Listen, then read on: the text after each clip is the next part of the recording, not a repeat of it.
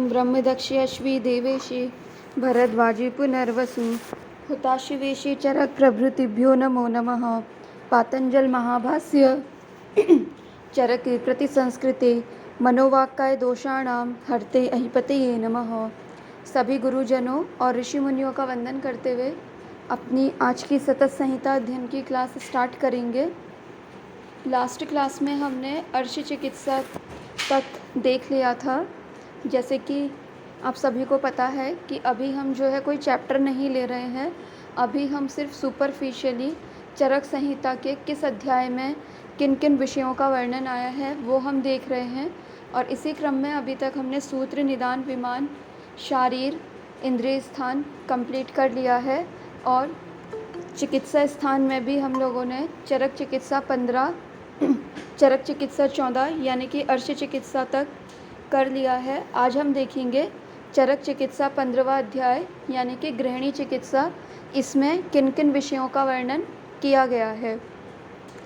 तो सबसे पहले इसकी विषय अनुक्रमणिका यानी कि इंडेक्स ही हम देखेंगे।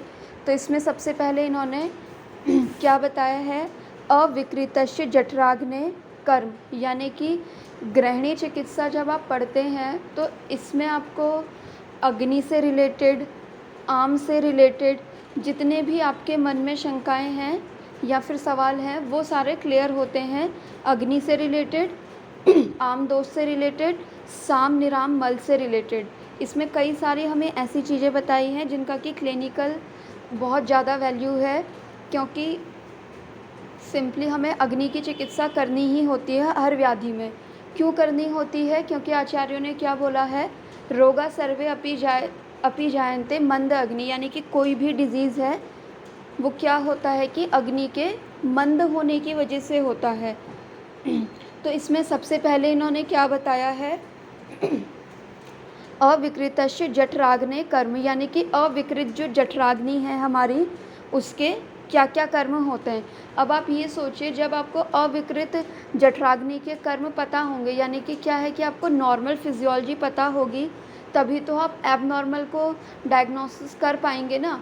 जब आपको पता होगा कि हाँ नॉर्मल हमारा हाथ की पोजीशन ऐसी होती है, या फिर हमारे फेस पे नोज़ इस प्लेस पे होती है, आइज़ इस प्लेस पे होती है, जब आपको नॉर्मल पता होगा तभी तो आप अगर कोई एबनॉर्मलिटी होती है तो उसको आप पकड़ पाएंगे। तो इसी तरीके से इन्होंने क्या करा है, क्योंकि अग्नि की चिकित्सा आयुर्वेद में बहुत इम्पॉर्टेंस रखती है, तो सबसे पहले इन्होंने क्या करा है गृहिणी चिकित्सा में, अविकृत अग्नि यानी कि जो अग्नि है उसके बारे में बताया है कि उसके कर्म क्या होंगे, कब उसके कर्म क्या होंगे, जब वो विकृत नहीं है। फिर इसके बाद इन्होंने अन्न परिपाक का क्रम बताया है, यानी कि हम जो भी कुछ खाते हैं उसका परिपाक कैसे होता है ये बताया है। इसके अलावा देखिए ये जो अन्न परिपाक का क्रम आया है ये गृहिणी चिकित्सा में तो इन्होंने बताया ही है, साथ ही सूत्र स्थान के 28वें अध्याय में भी इन्होंने इसके बारे में बताया हुआ है। ठीक है, फिर उसके बाद इन्होंने क्या बताया है, ये बोला है अन्नस्य इंद्रिय पोषकत्वम, यानी कि जो अन्न होता है वो क्या होता है, इंद्रियों का पोषण करने वाला होता है। अब आप ये सोचिए कि हमारी इंद्रियों में क्या चीज़ें आती हैं। इंद्रियों में हमारी आइज़ भी आ गई, हमारी नोज़ भी आ गई, हमारे ईयर भी आ गए, ठीक है, हमारी रसन इंद्री भी आ गई, सभी प्रकार की हमारी इंद्रियां आ गई। तो इन इंद्रियों का पोषण कैसे होता है, वो होता है हमारे अन्न से, और इसका वर्णन करा है चरक ने गृहिणी चिकित्सा में। तो आप ये सोचिए कि अगर आपके पास कोई आई का पेशेंट आता है, ईयर रिलेटेड कोई कंप्लेन लेकर के आता है, तो उस केस में भी आपको पेशेंट के खान पान से रिलेटेड उसकी हिस्ट्री पूछनी ही पूछनी है। क्यों पूछनी है? क्योंकि संहिताकारों ने आपको क्या बताया है कि अन्न से ही इंद्रियों का पोषण होता है। मान लीजिए आपके पास कोई ऐसा पेशेंट आता है जो कह रहा है कि उसे ब्लर विज़न है, या फिर धीरे धीरे करके उसे दिखना बंद हो रहा है, या आँखों में उसकी हैवीनेस रहती है, पेन रहता है, तो बजाय इसके कि आप डायरेक्ट उसे कोई आई रिलेटेड प्रोडक्ट लिखें, बजाय इसके कि आप उसे त्रिफला खाने के लिए बोलें, या फिर आई से रिलेटेड जो सप्तामृत लौह बहुत ज़्यादा जो फेमस रहता है वो खाने के लिए बोले, उससे पहले आप उसकी डाइट देखिए। ठीक है, डाइट देखिए, डाइट देख करके उसके हेतु निकालिए। क्योंकि अमूमन होता क्या है कि अगर किसी को आई रिलेटेड प्रॉब्लम होती है, ठीक है, देखिए वैसे तो इसमें इन्होंने सभी इंद्रियों का वर्णन करा है कि इंद्रियों का जो पोषण होता है वो अन्न से होता है, लेकिन मैं एग्जाम्पल आपको आई का दे करके बता रही हूँ, ठीक है। तो कई बार होता क्या है, पेशेंट हमारे क्लिनिक में आता है और आई रिलेटेड कंप्लेन लेकर के वो आता है, ठीक है। तो हमें ये नहीं करना है कि वो आई रिलेटेड कोई कंप्लेन बता रहा है तो डायरेक्ट हम उसे त्रिफला लेने के लिए बोल दें, या फिर हम उसे सप्तामृत लोह लेने के लिए बोल दें, या फिर आई से रिलेटेड और जितनी भी मेडिसिन सब हमारे शास्त्र में बताई गई हैं वो हम उसे बोल दें, ठीक है। तो हमें ऐसा नहीं करना है। अगर पेशेंट हमारे पास इंद्रियों से रिलेटेड, अब इंद्रियों में हमारी आँख भी आ गई, नाक भी आ गई, कान भी आ गया, रसन इंद्रिय भी आ गई, बाकी की सारी इंद्रियां भी आ गई, अगर उनसे रिलेटेड कोई कंप्लेन लेकर के आ रहा है तो भी हमें उसकी डाइट की हिस्ट्री लेनी है, ठीक है। क्यों लेनी है? क्योंकि हमारे शास्त्र में क्या कहा है कि अन्न से ही इन इंद्रियों का पोषण होता है, ठीक है। बाकी दूसरी चीज़ें तो आप लेंगे ही उसकी हिस्ट्री में कि वो फ़ोन कितना चलाता है, स्क्रीन टाइम उसका कितना है, ठीक है, रीडिंग उसकी कितनी है, ये सारी चीज़ें तो आप लेंगे ही, लेकिन साथ में आपको उसकी डाइट की भी हिस्ट्री लेनी है। अब सिंपली अगर हम आई का केस देखें तो आई वाले केस में होता क्या है, पेशेंट आकर के बोलता है कि मेरा ब्लर विज़न है या फिर मुझे कम दिखाई दे रहा है।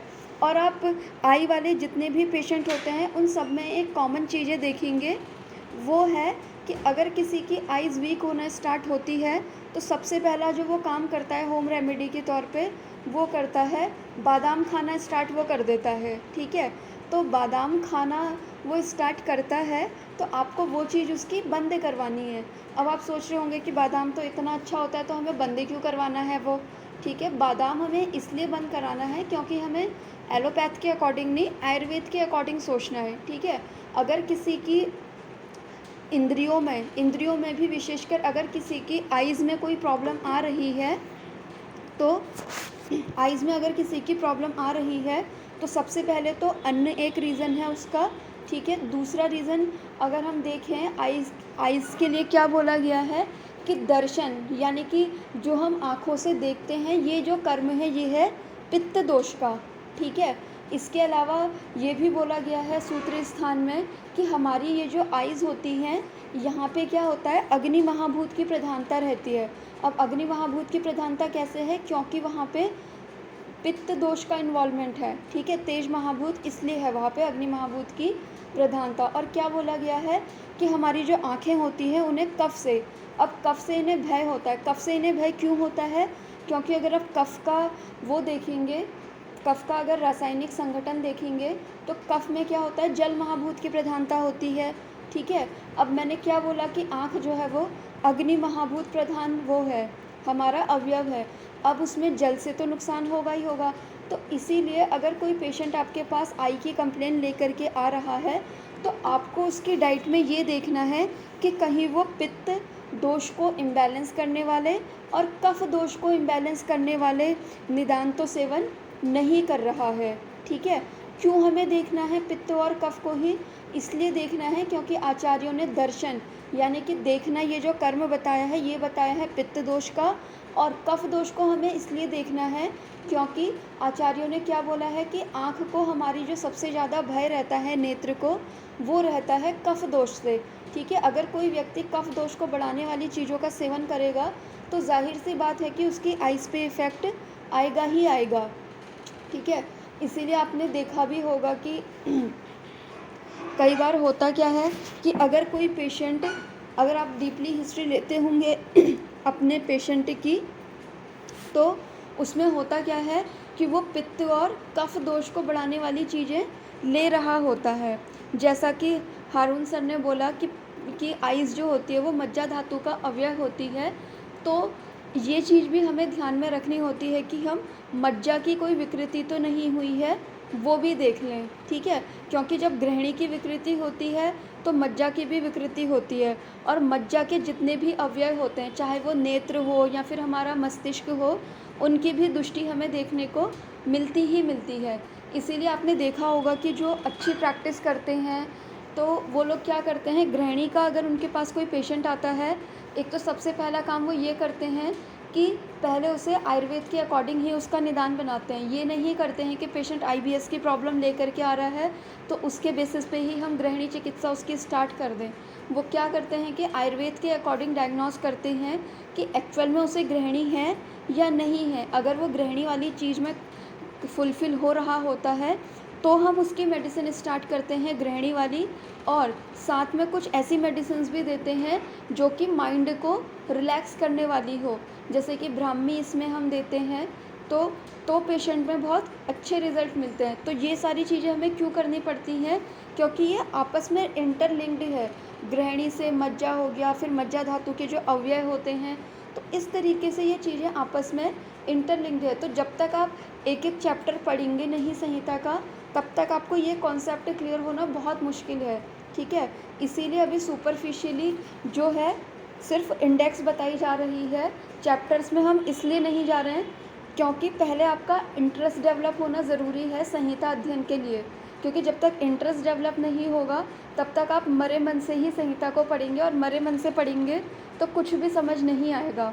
तो एक इंटरेस्ट डेवलप हो, इसके लिए पूरी चरक संहिता का एक सुपरफिशियल आपको एक वो बताया जा रहा है कि इसमें क्या क्या चीज़ें आई हुई हैं। तो सिंपली देखिए हमें क्या पता चला यहाँ पे जब हम गृहिणी चिकित्सा पढ़ते हैं। एक तो ये कि अन्न जो होता है वो हमारी इंद्रियों का पोषण करने वाला है, ठीक है। तो अगर आज के बाद आपके पास इंद्रियों से रिलेटेड कोई पेशेंट कंप्लेन लेकर के आए तो उसकी डाइट की हिस्ट्री ज़रूर लीजिएगा। फिर इसके बाद इन्होंने बताया है भौतिक धातु अग्नि नाम कर्म। पहले तो देखिए सबसे पहले इन्होंने अविकृत जो जठराग्नि है उसके कर्म बताए। अब ये आपको ये बता रहे हैं जो हमारी धातु अग्नि है, जैसे रस से रक्त हो गया, रक्त से रस से रक्त, रक्त से मांस, मांस से मेद, ये इनको बनने में जो अग्नियाँ काम करती हैं यानी कि धातु अग्नि, उनके क्या क्या कर्म हैं उसका वर्णन करा है। फिर ये बताया है कि रस से रक्त, रक्त से मांस, मांस से मेद, अस्थि मज्जा शुक्र, ये किस तरीके से इनका पोषण होते रहता है, कैसे ये बनते हैं उसका वर्णन करा है। फिर सप्त धातुओं के जो किट्ट भाग है उसका वर्णन करा है। 1 मिनट होल्ड रहिएगा। हिमांशी ये फ़ैन ऑफ कर दो।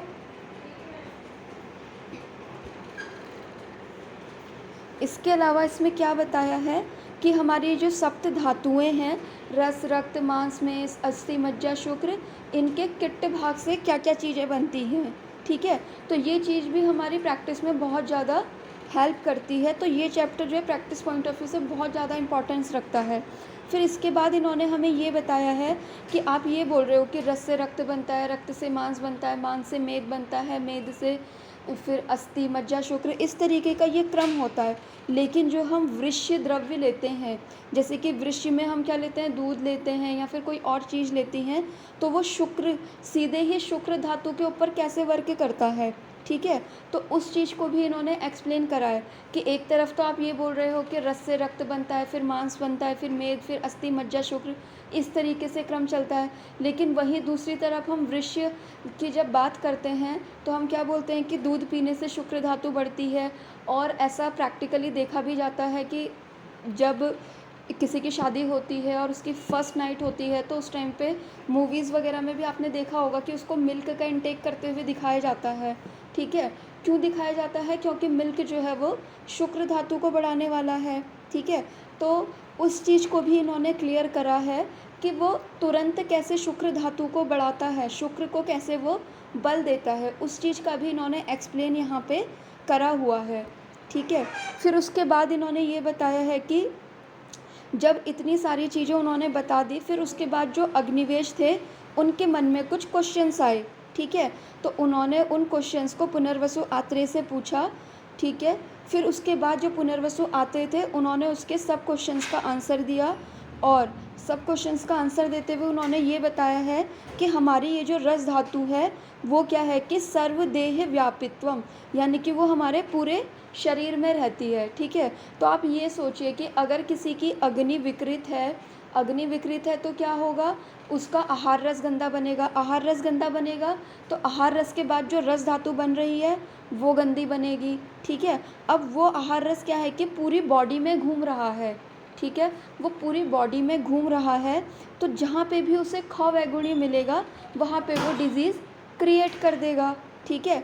इसीलिए आपने देखा होगा कि जो आम वात होता है उसमें भले ही हमें डिफ़ॉर्मिटी जॉइंट्स में देखने को मिल रही है, ठीक है, भले ही हमें डिफ़ॉर्मिटी जॉइंट्स में देखने को मिल रही है, लेकिन फिर भी हम उसमें अग्नि की चिकित्सा कर रहे हैं, आम की चिकित्सा कर रहे हैं, आम की चिकित्सा कर रहे हैं, रस धातु की चिकित्सा कर रहे हैं, ठीक है। तो आप ये सोचिए कि अगर रस धातु सिर्फ हमारे स्टमक वाले रीजन में ही रहती, तो हम सिंपली, अगर वो स्टमक वाले रीजन में ही रहती, पूरी बॉडी में अगर वो घूमती नहीं, तो आम वात वाली कंडीशन में संधियों में हमें दिक्कत देखने को नहीं मिलती, ठीक है।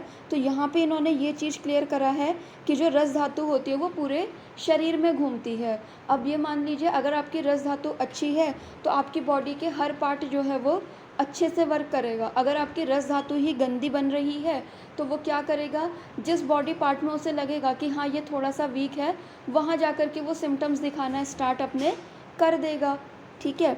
फिर इसके बाद इन्होंने क्या बताया है कि शरीरे एक देशे रोग उत्पत्तो हेतु। अब जैसे जो मैं चीज़ आपको बोल रही हूँ ना कि रस धातु तो पूरे शरीर में घूम रही है, लेकिन फिर भी हमें जो डिज़ीज़ होती है वो बॉडी के पर्टिकुलर किसी एक पार्ट में ही होती है, तो उसके पीछे क्या रीज़न है ये इन्होंने बताया है, ठीक है। अब जब आगे चल के आप ये चैप्टर पढ़ेंगे तो वहाँ पे आप देखोगे, जब इन्होंने इसका वर्णन करा है तो इन्होंने ये तक बताया है कि ये आम दोष की वजह से जो होता है वात व्याधि, अम्ल पित्त, ठीक है, और फीमेल रिलेटेड जो प्रॉब्लम होती है वो सारी चीज़ें होती हैं। क्यों होती हैं? क्योंकि पूरी बॉडी में वो घूम रही है। फिर आता है कि जठराग्नि का श्रेष्ठत्व, यानी कि जठराग्नि की क्या इम्पोर्टेंस है वो बताया है। फिर जठराग्नि को दुर्बल करने वाले हेतु बताए हैं, यानी कि कुछ ऐसे हेतु बताए हैं जो कि हमारी जठराग्नि को दूषित करते हैं। तो आप ये सोचिए कि जब पेशेंट आपके पास आता है, आपको पता चल रहा है कि उसकी अग्नि की दृष्टि है, क्योंकि अगर उसकी अग्नि की दृष्टि नहीं होती तो वो आपके पास ट्रीटमेंट कराने नहीं आता। क्यों नहीं आता? अगर उसकी अग्नि ठीक रहती तो वो बीमार ही नहीं पड़ता, ठीक है।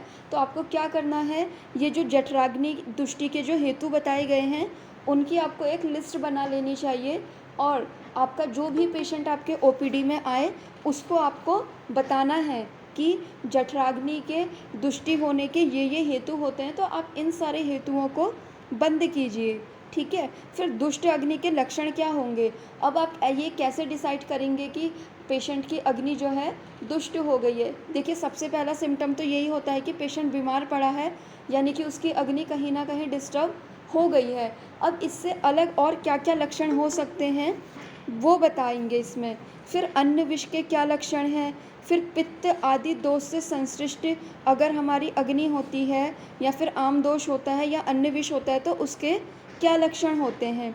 फिर हमें ये बताया कि विषम अग्नि, तीक्ष्ण अग्नि, सम अग्नि, दुर्बल अग्नि, इनके क्या क्या कर्म हैं, यानी कि अगर किसी की विषम अग्नि हो रही है बॉडी में तो वो क्या क्या कर्म करेगी, यानी कि क्या क्या ऐसे सिम्टम्स बॉडी में क्रिएट करेगी जिससे कि आप ये पता करोगे कि अग्नि जो है वो विषम हो गई है पेशेंट की। फिर उसके बाद जो है गृहिणी गदस्य सामान्य लक्षणम।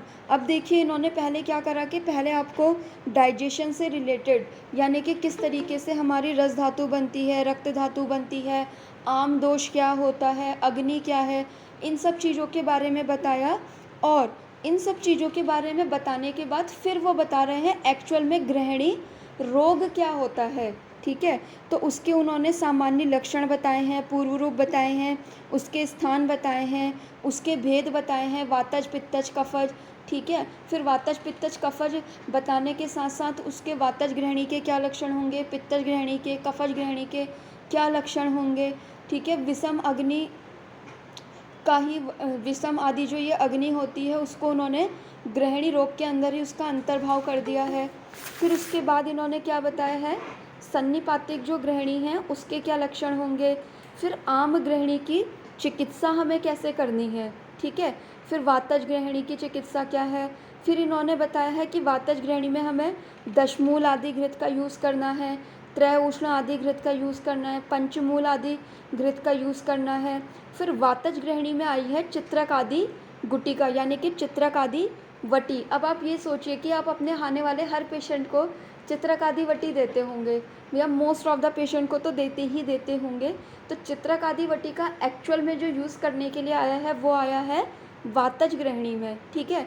कभी कभी एग्ज़ाम में ये पूछा जाता है कि चित्रकादि वटी जो है उसका रेफरेंस कहाँ का है, तो वो है हमारा गृहिणी चिकित्सा का, ठीक है। फिर उसके बाद आपको ये बताया है कि आम और पक्व मल के क्या लक्षण है। अब आप ये देखिए, आपके ओपीडी में हर दिन पेशेंट आता है और आप उससे उसकी बाउल की हिस्ट्री भी लेते होंगे, ठीक है। तो बाउल की हिस्ट्री लेने में आपसे उसको ऐसे क्या क्या चीज़ें पता लगेंगी जिससे आप ये डिसाइड करोगे कि उसको जो मल आ रहा है वो आम है या फिर पक्व है। तो ये वाली चीज़ तो आपको याद करनी ही चाहिए कि आम और पक्व मल के क्या लक्षण होते हैं। फिर उसके बाद देखिए, पिपली आदि चूर्ण बताया है, मरीच आदि चूर्ण, शाडव आदि चूर्ण, फिर मांसरस, फिर तक्र का विधान बताया है।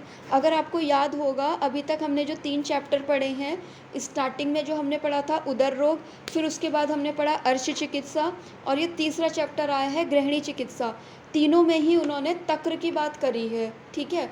तो आप सोच सकते हैं कि तक्र की उदर रोगों में, अर्श में और गृहिणी में, ठीक है, ये 3 ऐसी बीमारियां हैं जो आपको डे टू डे लाइफ की ओपीडी में मिलने ही वाली है, ठीक है। और तीनों ही व्याधियों के बारे में आपको पता है कि इसमें हमें तक्र का विधान आया है, यानी कि तक्र देने का इंस्ट्रक्शन मिला है। लेकिन हमें तक्र कौन से पेशेंट को देना है? क्या हमारे पास गृहिणी का जो पेशेंट आएगा हर किसी को ही हमें तक्र देना है क्या? क्या अर्श का जो पेशेंट आएगा उसमें हर किसी को हमें तक्र देना है क्या? तक्र देने की मेथड क्या होगी, ठीक है। किस ऋतु के अकॉर्डिंग हम क्या उसे तक्र दे सकते हैं क्या? ये सारी चीज़ें आपको तब मिलेगी जब आप अंदर चढ़ के चैप्टर पढ़ेंगे, ठीक है।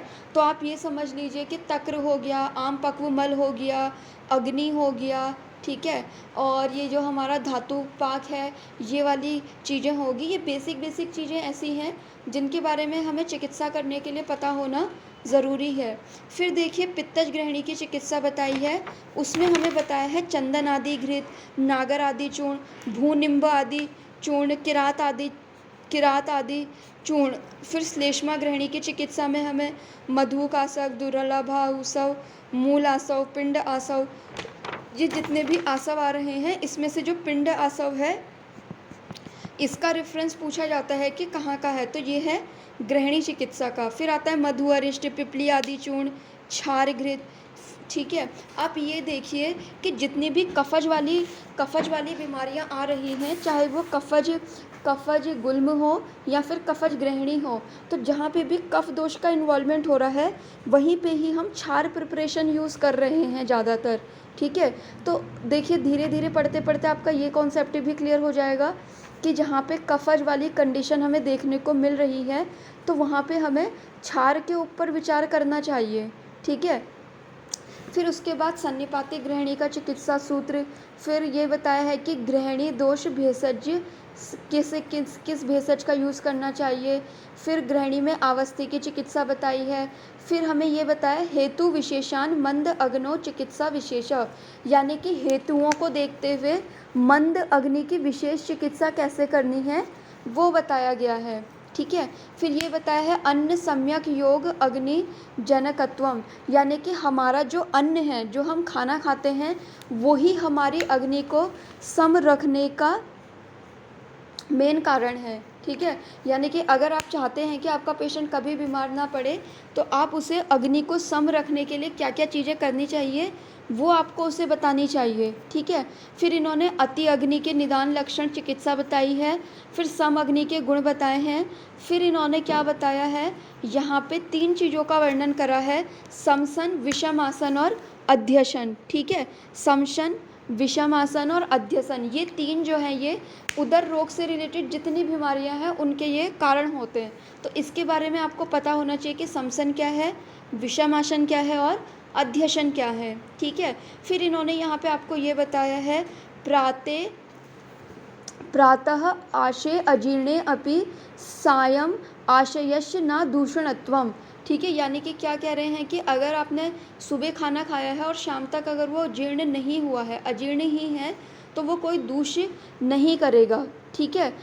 फिर इसके बाद इन्होंने ये बताया है नेशे आहारे अजीर्णे प्रातः भोजन निषेध, यानी कि क्या कह रहे हैं कि अगर आपका सुबह भोजन पाक नहीं हुआ है, ठीक है, तो आपको क्या करना है कि सुबह का भोजन स्किप कर देना है, जैसे बहुत से लोग होते हैं ना कि रात में वो बहुत हैवी खाना खा लेते हैं और दूसरे दिन तक उनका पेट में अजीर्ण की कंडीशन रहती है, लेकिन फिर भी वो अजीर्ण में भोजन कर रहे होते हैं। तो इन्होंने क्या बोला है, अजीर्ण में आपको भोजन नहीं करना है, भोजन का निषेध करना है। ठीक है, तो इस तरीके से इन्होंने ये चीज़ बताते हुए गृहिणी चिकित्सा को भी इन्होंने यहाँ पे समाप्त करा है। फिर गृहिणी चिकित्सा के बाद इन्होंने वर्णन करा है पांडु रोग का। ठीक है, अब सबसे पहले तो अपने माइंड से ये निकाल दीजिएगा कि पांडु इज़ इक्वल टू एनीमिया और कामला इज़ इक्वल टू जॉइंडिस। ठीक है, हाँ आप ये बोल सकते हैं कि जो एनीमिया वाली कंडीशन होती है या फिर कामला वाली कंडीशन होती है उसको हम पांडु के अंदर उसका विचार कर सकते हैं, लेकिन पांडु मतलब सिर्फ एनीमिया या फिर कामला मतलब सिर्फ जॉइंडिस, ये विचार आपको अपने माइंड से निकालना है।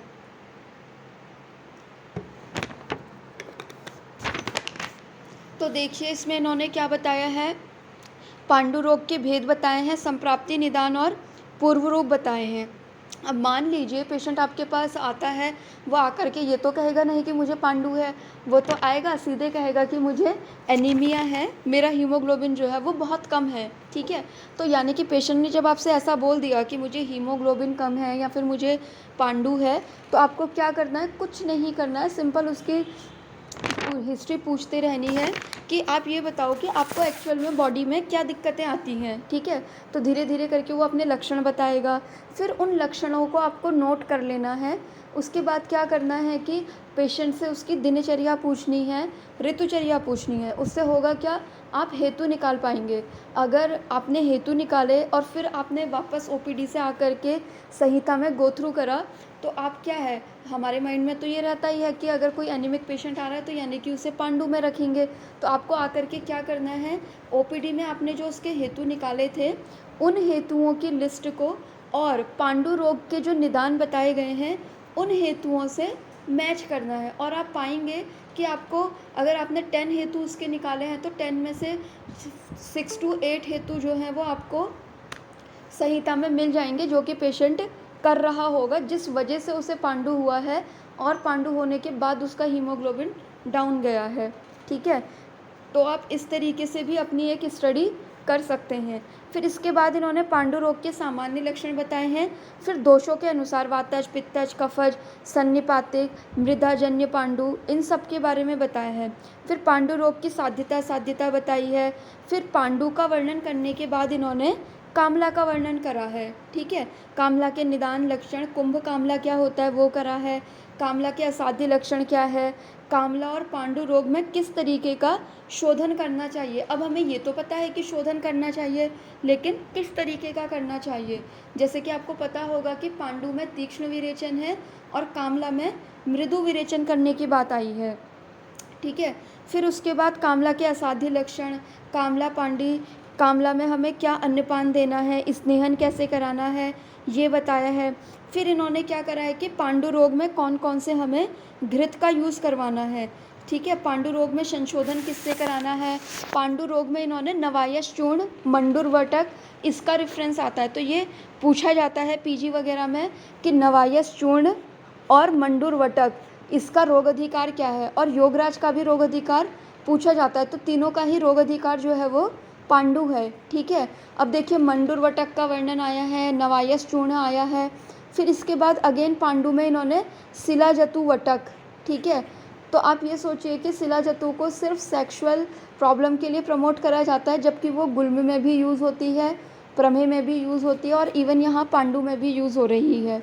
ठीक है, फिर इन्होंने पुनर्नवा मंडूर का वर्णन करा है। फिर लोहे के कुछ योग बताए हैं। फिर ये बताया है कि पांडु रोग में आपको धात्री अवलेह का यूज़ करना है। ठीक है, बीजक अरिष्ट हो गया, धात्री अरिष्ट हो गया, ये बताया है। फिर ये बताया है कि पांडु कामला जो चिकित्सा होती है वो दोषों की अपेक्षा रखती है, यानी कि कौन सा दोष हमारा बड़ा है, घटा हुआ है, उसके अकॉर्डिंग हमें चिकित्सा करनी है। फिर आपको मृतिका भक्षण जन्य पांडु, अब देखिए आपके पास बहुत से पेशेंट ऐसे आते होंगे जिनका HB लो है और वो क्या कहते होंगे कि इसको ना मिट्टी खाने का बड़ा शौक़ रहता है, मिट्टी खाती है ये बहुत। ठीक है, तो आपको क्या करना है, सीधे मृतिका भक्षण जन्य पांडु के बारे में पढ़ना है। फिर इन्होंने हलीमक के लक्षण बताए हैं, और हलीमक के बारे में बताते हुए इन्होंने क्या करा है कि इस अध्याय को इन्होंने समाप्त कर दिया है। इसके आगे का जो है हम कल देखेंगे। एक पेशेंट है, तो कल मॉर्निंग में रहेगी क्लास। अगर किसी की कोई क्वेरी होगी तो वो ग्रुप में पूछ सकते हैं या पर्सनल मैसेज कर सकते हैं।